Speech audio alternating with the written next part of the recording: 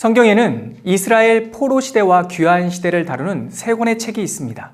에스라, 느헤미야, 에스더 이 세 권인데요.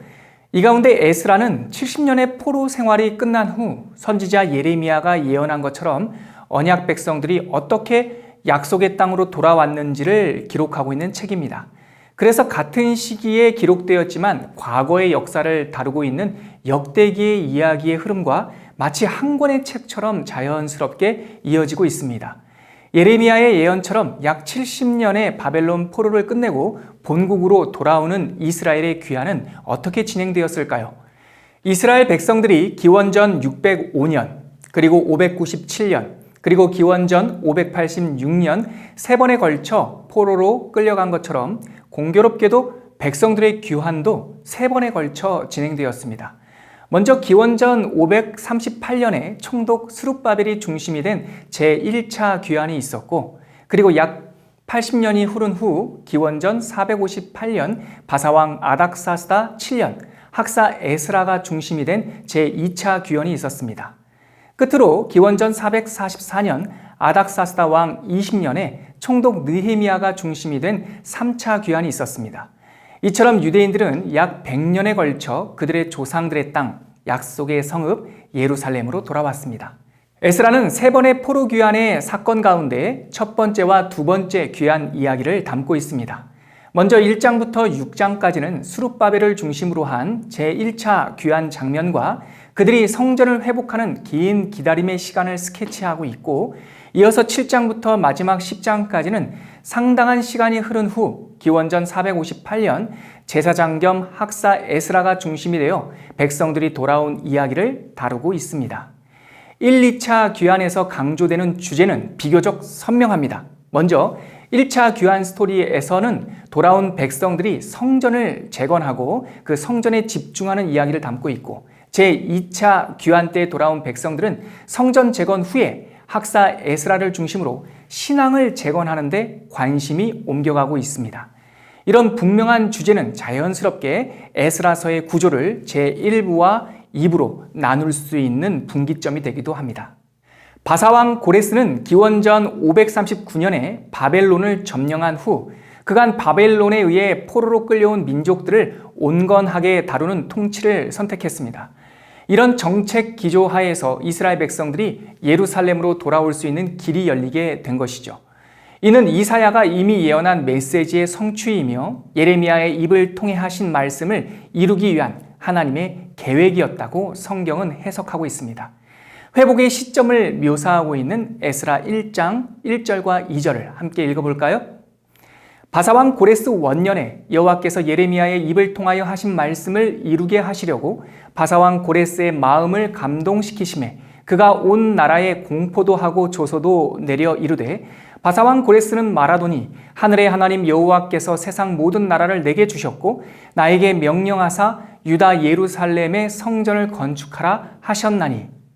성경은 바사 곧 페르시아 왕 고레스가 유다인을 고향 땅으로 돌려보내고 예루살렘 성전을 건축하도록 허락한 것이 하나님의 감동으로 된 것이며 예레미야 선지자의 예언을 성취하기 위함이었다라고 해석하고 있습니다.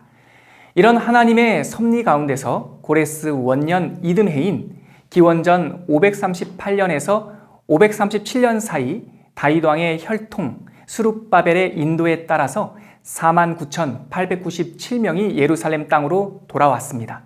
하지만 그들이 직면한 현실은 그리 녹록한 것이 아니었습니다.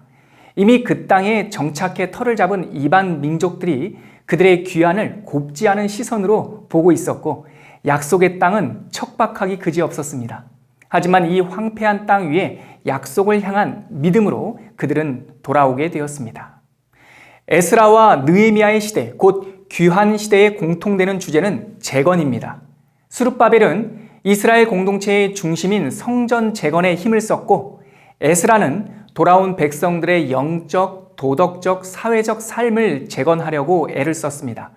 다음 시간에 살펴보겠지만 느헤미야는 총독으로 예루살렘에 돌아와 예루살렘 공동체에 무너진 성벽을 재건하는 데 힘을 기울였습니다. 이 연속되는 재건 스토리 가운데 첫 번째 주제, 성전 재건 이야기가 에스라서 전반부에 기록되어 있습니다. 무너진 예루살렘 성전의 재건 사역은 기원전 536년부터 516년 사이에 여러 단계를 걸쳐서 진행되었습니다. 맨 먼저 제단이 완성되었습니다. 제단은 예배를 위해 가장 시급한 문제였기 때문이죠. 그 다음 성전의 기초를 놓았습니다. 이때 포로 생활에서 돌아온 유다 백성들은 서로 대조적인 반응을 보였습니다. 먼저 많은 이들은 기뻐했지만 옛 성전의 영광을 기억하는 나이든 제사장들과 원로들은 그 초라한 모습에 대성통곡하기도 했습니다. 성전 재건을 바라보는 이들의 모습, 에스라 3장 12절과 13절을 함께 읽어볼까요? 제사장들과 레위 사람들과 나이 많은 족장들은 첫 성전을 보았으므로 이제 이 성전이 기초가 놓임을 보고 대성통곡하였으나 여러 사람은 기쁨으로 크게 함성을 지르니 즐거이 부르는 소리와 통곡하는 소리를 분간하지 못하였더라. 하지만 더 큰 문제는 이스라엘의 실력이나 부족한 물자가 아니었습니다. 그 지역에 섞여 살면서 끈질기게 성전 건축을 방해하는 주변 부족의 도전이었습니다. 바벨론에서 돌아온 사람들이 성전 재건 사역을 시작하자 이 일은 대적자들의 집요한 반대에 부딪히게 되었습니다. 주변 부족들의 방해로 성전 재건 사역은 일시적으로 중단되기도 했지만 그들은 포기하지 않았고 결국 다리오 왕 2년에 다시 재가를 얻어서 4년 후인 다리오 왕 제6년에 성전이 완성됩니다. 성전 재건을 마친 후 이스라엘 백성들은 재건된 성전의 뜰에서 예배를 드리며 돌아온 땅에서 모두 함께 유월절을 지킵니다. 이 유월절 준수는 새로운 시작을 알리는 출발의 총성과도 같았습니다. 수르바벨의 지도력과 백성들의 헌신으로 성전이 봉헌된 이후에 에스라서의 이야기는 약 57년이라는 시간이 지난 이후 아닥사스다 왕 시대에 있었던 두 번째 귀환 사건을 스케치하고 있습니다. 참고로 우리가 잘 알고 있는 에스더와 모르드게의 이야기, 즉 에스더서 이야기는 이 공백기에 바사를 다스렸던 아하수에로 왕 시대에 있었던 사건입니다. 아하수에로를 이어 왕위에 오른 아닥사스다 왕은 하나님의 말씀에 정통한 학자 에스라를 임명해 예루살렘 공동체에게 하나님의 말씀을 올바로 가르칠 것을 명령했고 조서를 통해 확정해서 그를 예루살렘으로 귀환시킵니다. 에스라 7장과 8장에는 예루살렘으로의 제2차 귀환 여정과 함께 동행한 백성들의 명단 이야기가 기록되어 있습니다. 예루살렘에 도착한 학사 에스라는 먼저 귀환한 예루살렘 공동체가 성전을 재건하고 형식적인 예배는 회복했지만 그 구성원 가운데 여전히 우상을 숭배하고 이방인들의 풍습을 따르는 현실이 있었음을 목격했습니다. 이 영적인 오염의 한 근원이 이방 여인과의 통혼에 있다는 점도 깨닫게 되었죠. 이런 현실 속에서 에스라는 모든 민족의 죄악을 대표해서 먼저 자기 자신부터 하나님 앞에 회개의 기도를 올립니다. 에스라 9장 6절부터 마지막 15절까지는 이 에스라의 회개 기도가 담겨 있는데 이 기도에는 당시의 시대상과 백성에게 필요한 것이 무엇이었는지 함께 엿볼 수 있는 대목들이 기록되어 있습니다. 리더의 돌이킴은 백성에게 바른 길을 제시했습니다. 과거 모세와 사무엘의 기도처럼 에스라의 회개 기도는 타락한 이스라엘 백성을 하나님 앞으로 되돌리는 그런 길이 되었습니다. 에스라 10장 1절에 나오는 그 장면을 함께 읽어볼까요? 에스라가 하나님의 성전 앞에 엎드려 울며 기도하여 죄를 자복할 때에 많은 백성이 크게 통곡하며 이스라엘 중에서 백성의 남녀와 어린이의 큰 무리가 그 앞에 모인지라. 이 회개 기도를 시작으로 에스라서는 이스라엘 공동체 안에 오래전부터 침투해 있던 이방 사람들과의 통혼을 되돌리고 부정한 관습들을 제거하는 모습을 기록하고 있습니다.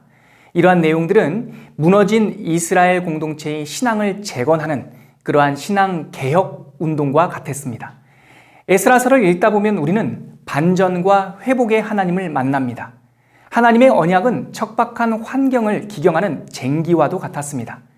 언약은 반드시 성취되었고 비록 그때가 여전히 척박한 환경일지라도 하나님은 적합한 상황을 조성해 주시고 알맞은 인물을 일으키시고 그 상황을 반전시켜 주십니다.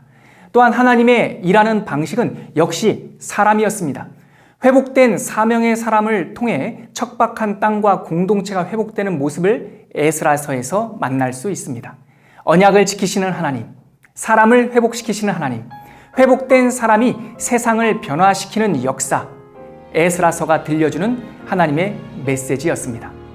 말씀 속에서 회복의 하나님을 경험하시기를 바라고 세 번째 귀한 이야기 느헤미야서와 다음 시간에 만나 뵙도록 하겠습니다.